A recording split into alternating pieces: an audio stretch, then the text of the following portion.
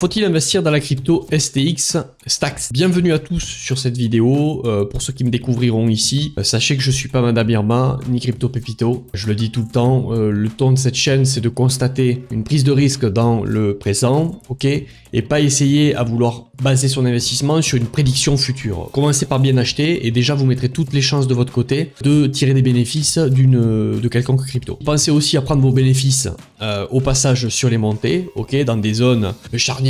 Et normalement ça devrait bien se passer. Alors Stacks, crypto, voilà, que j'apprécie personnellement, ok, que je surveille, que j'ai un peu en portefeuille. Donc je vais vous dire ce que j'en pense, restez jusqu'au bout. Je vais vous donner mes targets prise de profit, si je dois réaccumuler les targets de prise de position, d'achat. Donc on va vraiment tout regarder dans cette vidéo. En termes de graphe, en termes de structure de marché, j'aime bien ce qui se passe. On a eu un premier cycle avec un pump.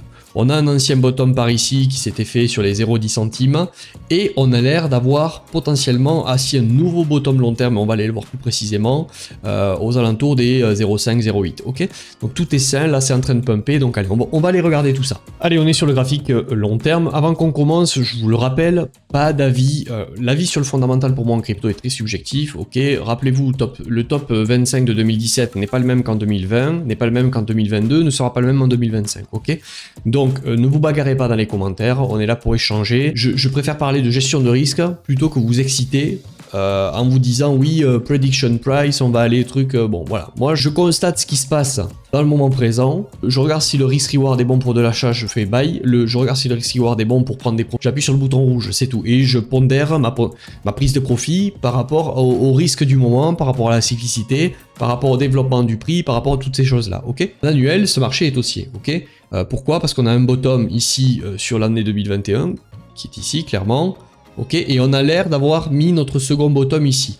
Ça sera définitivement confirmé le jour où on ira faire un plus haut. Je vous parle d'un point de vue annuel, je suis pas en train de vous dire qu'il faut attendre ça pour se positionner, ok. Il y en a qui l'ont déjà fait par ici, et tant mieux pour eux, parce qu'il y avait des points d'entrée à prendre par ici. Pourquoi je regarde toujours long terme? Alors je le fais plus rapidement, allez voir les vidéos que j'ai fait précédemment sur CKB, XRP, j'en parle très souvent. Ce que je suis en train d'essayer de regarder en gros, c'est est-ce que ce marché long terme il est comme ça?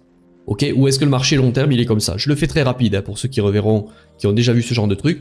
Pourquoi c'est important de le voir au-dessus de notre tête? Ben parce que des fois, si vous voulez, vous avez des gens qui ont les yeux rivés uniquement sur ce qui se passe. Regardez, si je passe en weekly, vous avez des gens qui vont se regarder uniquement ce qui se passe en weekly, par exemple ici.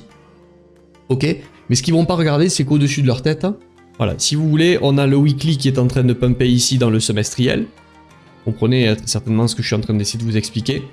Et c'est pas pareil ce pump weekly blanc, qui des fois peut faire 500, 600, 700, 1000%, ce que vous voulez, et ce pump ici. Pourquoi? Parce que ici, c'est un pump weekly dans un marché baissier au-dessus de ta tête, et ici, c'est un pump weekly dans un marché haussier au-dessus de ta tête. Donc quand tu vas arriver sur des zones comme ça, tu vas beaucoup moins arbitrer ton risque ici en tant qu'investisseur, que sur un marché comme ça. Ok, donc c'est pour ça que je regarde dans le long terme si le marché est bullish ou bearish. Là, c'est le cas, le marché est haussier sur Stacks, long terme, donc semestriel, c'est pareil, hein. On est haussier bien entendu long terme. Donc là, ici, potentiellement, le dip pouvait s'acheter, ok, d'autant plus que là, on revenait dans une grande demand zone ou support si vous voulez, zone de rechargement à l'achat, bon, il y en a plein, beaucoup l'appellent différemment, moi je suis plutôt sur l'action du prix, donc je parle plutôt de demand zone de demande, point d'intérêt si vous voulez, etc.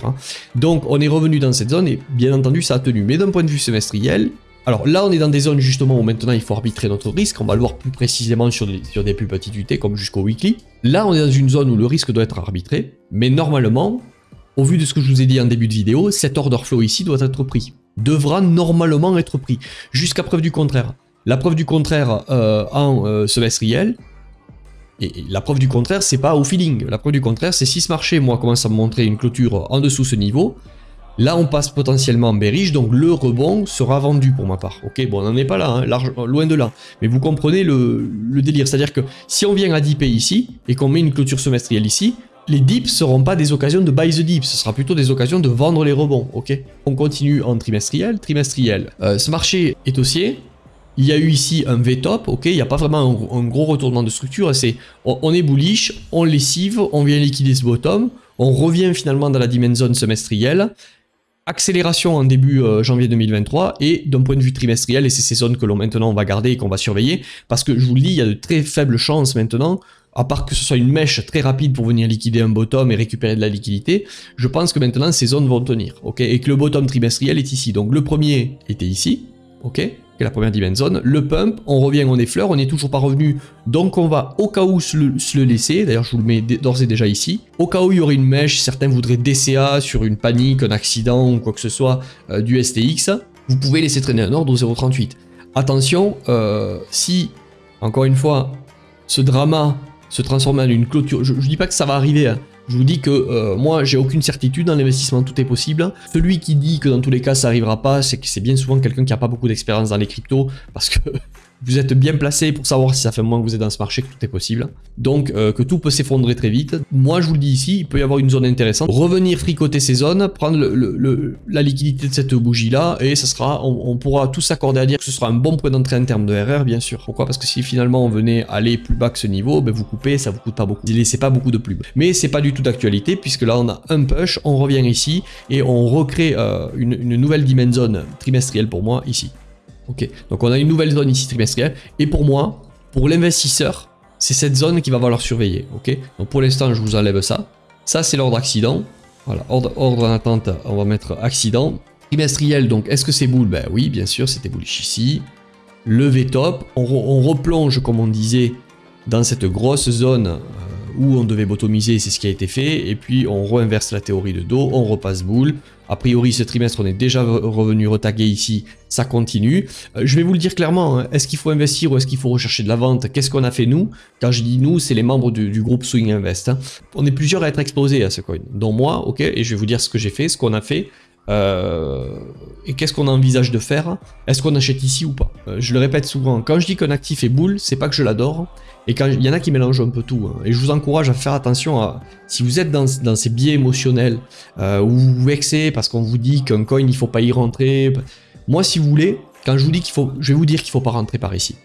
Quand je vous dis qu'il faut pas rentrer ici, c'est pas parce que STX c'est pourri, et même si demain STX est là, je vous dirais qu'ici il fallait pas rentrer. Ok, pourquoi? Parce que celui qui veut rentrer ici en espérant que STX soit là demain, il joue à Madame Irma, il joue au casino entre guillemets. On ne sait pas ce qui va... En fait, personne ne le sait si demain il va se passer ça, ou si demain il va se passer ça.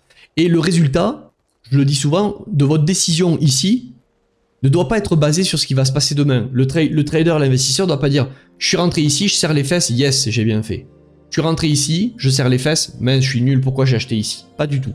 La décision, malgré tout, d'acheter ici, pour moi, est nulle. Que on vienne là demain ou là demain, la décision est nulle. Pourquoi? Parce qu'on n'est pas là pour espérer que le marché fasse ce que l'on souhaite et nous mette dans de bon confort. On est là pour maximiser les chances que si le marché valide notre décision, on a un gros pari asymétrique. Et si le marché invalide notre décision, on n'est pas obligé de s'infliger un holding qui nous coûte cher. C'est toute la notion du risk-reward. On est là pour constater si le risque... Si la statistique, c'est-à-dire si on est bull, on rentre, mais il ne faut pas qu'on soit que bull pour rentrer. Vous comprenez bien que dans une tendance haussière comme ça c'est bullish, mais c'est pas pareil de rentrer ici ou de rentrer dans un dip de tendance haussière. Et donc, est-ce qu'ici, on va avoir un dip? Je n'en sais rien, mais est-ce qu'ici, on peut s'accorder à dire que dans cette tendance haussière que l'on a depuis ici, là, à monthly, on est plus statistiquement proche d'un dip ou d'un top? Le top, on ne sait pas où il est. Par contre, on sait que le bottom est ici dans la tendance haussière. Ok, il y en avait un ici, top, bottom. Je suis pas en train de vous dire, attention, que je sais où sont les tops, où sont les bottoms. J'insiste un peu, c'est peut-être répétitif pour certains, mais je sais qu'au début, ces notions, même si au fond, on dit oui, je sais, on a du mal avec ce lâcher prise de l'analyse technique, ça sert pas à prévoir. L'analyse technique, ça sert à constater si le risque vaut le coup d'appuyer sur le bouton vert ou rouge, c'est tout. C'est à ça que ça sert. C'est pour ça que il y en a encore certains, bon ça arrive et je leur en veux pas parce que moi au tout début j'étais peut-être aussi dans cette dynamique là, c'est bien possible, qui me disent ouais mais tu t'extasies devant tes bougies, mais en gros personne sait si demain il y a une news, mais je suis d'accord avec vous, personne ne sait si demain il y a une news, tout peut flancher. C'est pour ça qu'encore une fois je vous le dis, la T moi elle me sert pas à faire prediction price fois crypto pépito fois 40. L'analyse technique elle va me servir à moi de constater si je peux appuyer sur le bouton, si le marché est déjà bull ou bear, comprendre les structures au-dessus de ma tête, et saisir des opportunités lorsque je peux mettre une flèche dans le 10 parce que je me mets 1 dans un marché bull et 2 potentiellement sur un bottom qui, si ce n'est pas le bottom, ça me coûte pas cher. Et vous comprenez bien que acheter par ici, ok, ben si finalement le marché décide d'invalider, ben vous pouvez couper ici sous ce niveau là et ça vous coûte pas cher. Si vous achetez ici, d'un point de vue investisseur, qu'est-ce que vous allez faire si ça vous invalide? Vous allez vendre ici. Si vous vendez ici, vous faites tout à l'envers. Vous êtes en train en gros de acheter un top de tendance et de vendre un bottom de tendance. Ok? C'est ça que je suis en train de vous dire. Stop! Tu aimes ma manière d'aborder les choses, ma vision de marché, ma lutte contre Madame Irma et Crypto Pépito. Si tu es là d'ailleurs, c'est que c'est le cas, je le sais. Donc la meilleure manière, dans un premier temps, de me le dire, c'est de me mettre un petit like, sache que ça aide au référencement, et en commentaire sous cette vidéo, de me dire ce que tu en as pensé. Aussi, en haut de cette page, tu verras un devenir membre. Tu peux devenir membre gratuit. Je t'invite à le faire, il y aura du contenu aussi gratuit qui sera distillé sur Patreon, mais pas sur YouTube, sans payer, c'est-à-dire en étant membre gratuit de mon Patreon, ok? Je prendrai des fois des capsules de ces live altcoins, et je vous publierai en cadeau quelques capsules de tout ça. Si tu veux aller plus loin, sache qu'il y a 3 formules d'accompagnement. Aujourd'hui, la formule altcoin, où il y a des live altcoins, où il y aura des analyses poussées par rapport aux altcoins qui me sont demandées, beaucoup plus poussées que sur YouTube. Bon, je te laisse lire en description, minimum de live par mois. En gros, on en fait quand c'est nécessaire d'en faire. Mais il y aura aussi du contenu qui sera distillé sur des altcoins qui me sont demandés, avec des plans d'entrée, des plans de sortie, et pourquoi on sort ici, des niveaux de TP, la manière de se positionner, etc. Bon, bref, tout pour performer sur les altcoins. Cette formule va augmenter. Au fur et à mesure avec le temps, c'est quasiment certain. La deuxième formule d'accompagnement, c'est la formule que j'appelle Swing Invest Standard. Ça reprend toute la formule altcoin, plus les replays des lives de suivi marché où on parle psycho, analyse de la cyclicité, de BTC poussé, de la température du marché, etc. Pareil, tu connais la manière d'aborder les choses de la chaîne. En gros, ce sont les replays des lives que je donne dans la formule premium. Mais aussi de la formation continue sur des vidéos, de ma formation en ligne Swing Invest qui est aussi disponible ici. Des vidéos seront distillées. La troisième formule, elle est fermée ici en abonnement. Par contre, si tu es intéressé à me rejoindre sur cette formule-là, qui reprend les 2 formules précédentes, plus de la relation avec moi, c'est-à-dire que là, je te prends par la main pendant tout un cycle bull run. Il y a des communications sur Telegram, WhatsApp, vidéo, audio. On fait le point sur ton portefeuille. Je t'assiste à la décision. Bon, bref, tu accèdes aussi à un groupe privé Swing Invest où je suis avec tous les membres qui sont sur cette formule premium. Sache que voilà, elle est fermée en abonnement. Par contre, je prends encore des personnes au cas par cas sur tout un cycle. Donc là, il y aura un prix remisé. Bien sûr, ça va pas te coûter le prix que tu as vu multiplié par 12, 18 ou 24 mois. Mais si tu es plus long terme, sache que tu peux réserver sur le Calendly un call pour qu'on puisse en discuter, que je te présente les prix, etc. Donc sache que là, c'est la totale, c'est Swing Invest avec un accompagnement personnalisé, bref, tout ce que je viens de te dire, sur 12, 18 ou 24 mois. En gros, un cycle. Je te prends par la main pendant un bull run, je te lâche pas, jusqu'on arrive au résultat. Tous les liens sont donc sous cette vidéo dans la description. Et dernière chose, rejoins mon canal Telegram si tu veux suivre des infos entre les vidéos hebdomadaires sur YouTube. Je poste des audios sur le Telegram. Et si tu veux me contacter par rapport à tout ce que je viens de te dire là, mon Telegram personnel ici, ou tu peux me contacter par mail à benjamin@crypto-du6liberté.com, sans accent, sans rien du tout. Tu retrouveras le mail ici. Je vous remercie par avance et je vous souhaite une bonne continuation de vidéo. Merci. Pour autant, est-ce que le marché ici est bearish? Non, pas du tout. Pour l'instant, le marché n'est pas bearish, le marché est bull. Il y a de fortes chances maintenant qu'il continue à la hausse, c'est ce que nous dit le graphique monthly. Mais pour moi, tout ce qui ne reviendra pas au minimum, là aujourd'hui, sous... Je vous dirais, pour être très agressif, au minimum sous les 702, là, les 0.7893, je n'achète pas. Un niveau qui peut être intéressant là pour l'investisseur peut être le haut de cette imbalance. Alors je ne vais pas rentrer dans les détails ici parce que sinon la vidéo va être trop longue. Vous avez un niveau qui peut être intéressant ici. Bien sûr, vous avez toutes ces cordes de mèche, mais perso pour moi, ça reste malgré tout un peu haut. J'aime bien, je préfère si vous voulez mettre une flèche dans le 9 ou dans le 10, statistiquement, j'aurai plus de chances d'avoir un bon RR sur mon investissement. Mais à chercher la flèche dans le 9 ou dans le 10, des fois on n'est pas dans le train. Et c'est à vous à mesurer, est-ce que vous préférez y être un petit peu, quitte à ce que l'ordre soit moins optimisé, mais au moins vous y êtes si ça part et que ça revient pas plus creux, vous exécutez ici. Ou est-ce que vous préférez non mettre des gros coups de marteau quand le RR est excellent, quitte à rater des occasions. Voilà, c'est à vous de gérer cette chose-là. Je peux vous en rajouter un par ici, par exemple, ok. Donc en monthly, c'est bull. Et je vais rester bien ici parce que je vais vous donner des targets où nous, on envisage de prendre des TP, ok, dans ce marché bullish qui pour moi, je vous le rappelle, devra faire un nouvel ATH. Hein. Je passe en 15 days, est-ce qu'en 15 days on a des signes de faiblesse? Non. Pour l'instant, d'un point de vue 2 semaines, la nouvelle zone qui doit tenir, elle est ici, ok. Et mes ordres sont toujours d'actualité en bas, je vous parle d'investissement en bas, hein, ok. S'il le faut, cette zone va casser, mais pour un swing trader de continuation, pour un swing trader, et ce n'est pas pareil qu'un investisseur, et ça, bon, je vous invite à réfléchir beaucoup à ça, vos entrées vont être recherchées normalement si on revient dans cette zone, vous avez des bonnes entrées pour jouer un pari asymétrique de cet endroit, voilà, en prenant une position, vous êtes couvert sous la dimension zone 2 semaines et vous allez chercher un nouveau swing de continuation. Mais là, je m'adresse vraiment aux traders. Hein. En weekly, est-ce qu'il y a des signes de faiblesse? Non, pas du tout. Pour STX, vous avez les niveaux qui, pour moi, sont vraiment ceux qui vont m'intéresser. Ce sont, je vous le remets une dernière fois, tout ce qui va passer là, sous les 0,80 peut être quelque chose qui peut être acheté pour moi pour de l'investissement. Ouais, mais ça fait bas, on n'y reviendra jamais. Je n'en sais rien, tu n'en sais rien, ok? Juste avant un bull market, si vous voulez, regardez ici, c'était déjà assez costaud. Hein. Si on prend le bottom au top, vous avez 600% là de hausse à cet endroit.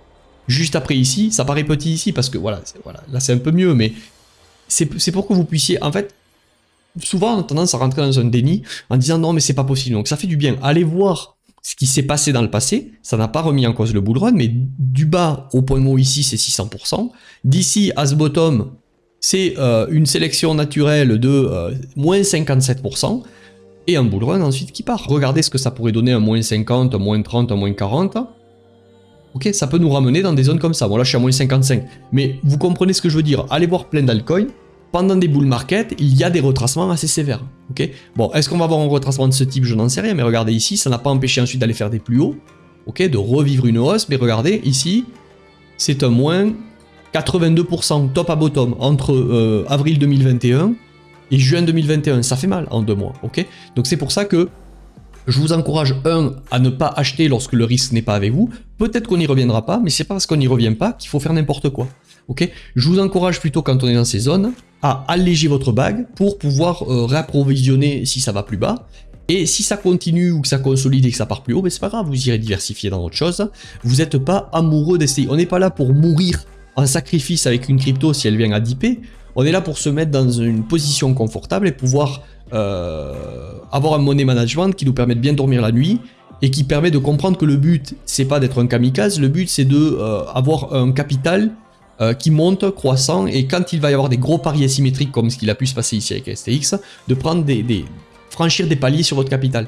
Mais si votre capital fait ça,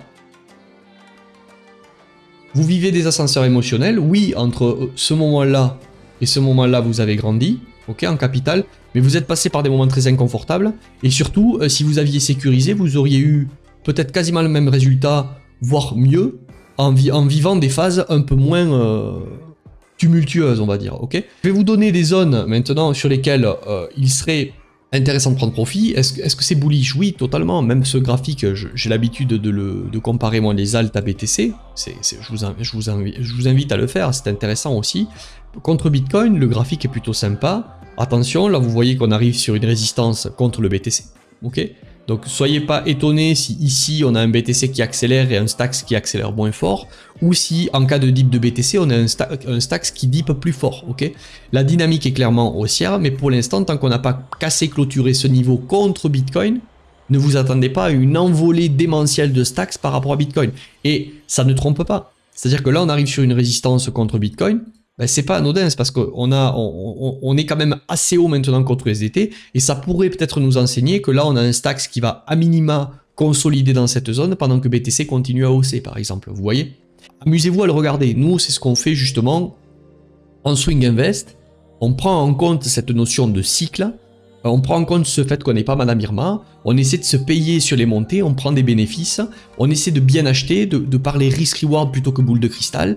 Donc ça c'est l'analyse technique qui nous sert, et surtout on essaie d'étudier la psychologie de la foule en cours de cycle, parce que je vous le rappelle, les marchés financiers sont des jeux à somme nulle, et pour que tu puisses acheter, il faut qu'il y en ait un qui vende. Donc dans tous les cas, il y aura un gagnant, un perdant.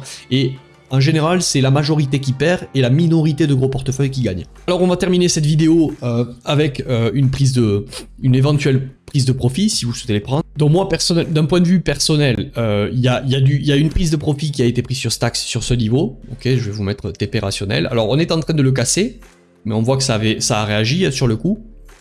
Il y a une prise de profit qui avait été prise sur ce niveau. J'explique pas forcément pourquoi. Bon, ok, là on a de l'imbalance ici. On n'était jamais venu retester ce déséquilibre de marché. Et bon, mais le marché il s'est fait un malin plaisir d'y revenir dessus. Tac, on mèche. Le dip, ça nous a permis sur le bag, là où on a pris profit, d'éviter temporairement le moins 39, qui s'est soldé quelques jours, semaines après, à un nouvel ATH, mais c'est pas grave, entre ce moment et ce moment, on dort bien, et entre ce moment et ce moment, c'est pas interdit d'aller rediversifier sur un altcoin qui lui n'est pas encore parti, ok, ou un altcoin qui nous offre un meilleur RR. Encore une fois, je vous le dis, c'est de la gestion de risque. Maintenant, je pense que Alors, je vais vous donner deux petits trucs. La première chose si on fait un nouvel ATH ici, on va rentrer dans une découverte de prix. Si on rentre dans une découverte de prix, c'est no man's land. On n'a pas en fait de référence, d'imbalance antérieure, de résistance antérieure ou quoi que ce soit pour prendre des TP. Donc on est obligé à... Soit on est capable de lire le prix et d'essayer de détecter un retournement, mais attention, des fois les retournements vont très vite, ça se solde par une dernière mèche excessive et ensuite c'est déjà trop tard, on a reperdu 30 ou 40% par rapport au point haut. Donc moi, ce que j'ai tendance à faire sur des trucs comme ça, c'est à la cassure de l'ATH, arbitrer mon risque. C'est-à-dire que là, si l'ATH ici, on est sur Binance, État, et je vous le rappelle pourquoi on va aller plus haut, parce que ce marché est aussi long terme, et toutes les prises de profit intermédiaires sont faites. Alors, juste, ceux qui sont pas à l'aise, sachez que ce n'est pas certain qu'on va aller le chercher de suite. On peut très bien là, et je vous l'ai dit tout à l'heure, le risque commence à être assez grand. Si Bitcoin rentre dans une correction, on peut très bien avoir une correction de ce style, aussi profonde ou pas, hein, mais ça serait totalement logique. Et là, avec le cash que nous on a récupéré sur ce niveau, on va très certainement renflouer du STX. Donc ceux qui sont pas à l'aise avec le fait que peut-être on va pas aller chercher de suite le nouvel ATH, je vous encourage dans cette zone ici, là, aux alentours du TP que je vous ai mentionné tout à l'heure, les 2.04 à vous payer, ok? Si vous n'êtes pas à l'aise et que vous avez déjà un gros profit, ne jouez pas au kamikaze, tout ça n'est pas soutenable. Alors oui, on va peut-être avoir une dernière accélération comme ça, une dernière accélération haussière de ce type, et quelque chose qui nous amène à l'ATH, et ensuite on pourrait potentiellement dipper pour ensuite aller faire des plus hauts. Donc, voilà, je préfère vous le dire, prenez TP ici, ceux qui ne l'ont pas fait, dans cette zone, si ça vous met plus à l'aise, ok? La deuxième chose, c'est que maintenant, pour moi, c'est direction nouvelle ATH. Pour celui qui est déjà léger, il peut jouer, vous devez en fait être paré aux deux scénarios. C'est-à-dire que moi, sur mon bag STX, maintenant, je suis prêt à racheter le dip ou je suis prêt à aller choper ce nouvel ATH. Ce nouvel ATH ici, moi, ce que j'ai tendance à faire, s'il est à 3.25, par exemple, je vais faire ça, 3.26. Donc, coordonnées, je vais me mettre à 3.26. Et juste, je vais aller gratter le plus haut. On le voit très souvent sur des alts, des fois on vient comme ça faire un plus haut, et dès qu'on a pris la liquidité, alors des fois on va un tout petit peu plus haut, mais encore une fois on n'est pas là pour vendre les tops parfaits, on est là pour se payer.